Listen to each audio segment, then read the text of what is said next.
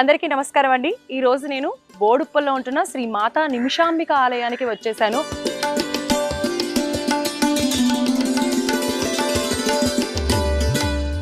మరి నిమిషాంబిక ఆలయం యొక్క గొప్పతనం ఏంటి అనంటే, ఇక్కడికి వచ్చి దర్శనం చేసుకోవడమే కాకుండా మీ మనసులో ఉన్న కోరికను తెలియజేసినట్లయితే 21 నిమిషాలలో కానీ లేదా 21 రోజులలో కానీ మీ మనసులో ఉన్న కోరిక ఖచ్చితంగా నెరవేరుతుంది అని ఇక్కడ జనాలందరూ కూడా మనకి చెప్పడం జరుగుతుందన్నమాట.